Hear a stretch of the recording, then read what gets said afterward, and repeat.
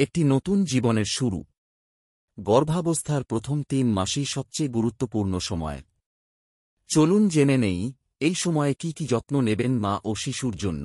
নিয়মিত ডাক্তারের check up করুন। প্রথম ৩ মাসে আল্ট্রাসাউন্ড ও রক্ত পরীক্ষা অপরিহার্য। যে কোনো ওষুধ খাওয়ার আগে ডাক্তারের অনুমতি নিন। পুষ্টিকর খাবারই গর্ভাবস্থার সবচেয়ে বড় ওষুধ।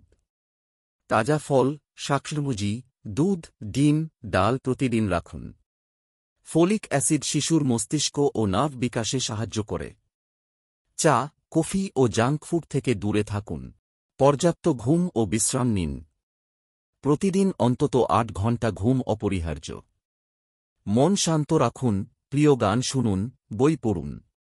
পরিবারের সঙ্গে সময় কাটান।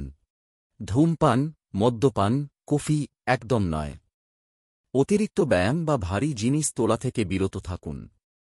সামান্য রক্তপাত, ব্যথা বা বমি হলে দ্রুত ডাক্তারের পরামর্শ নিন। প্রথম ৩ মাসের যত্নই নির্ধারণ করে একটি সুস্থ শিশুর জন্ম। নিজেকে ভালো রাখুন, সেটাই আপনার সন্তানের প্রথম উপহার। সুস্থ মা, সুস্থ সন্তান। সাবস্ক্রাইব করুন আরও স্বাস্থ্য টিপস পেতে।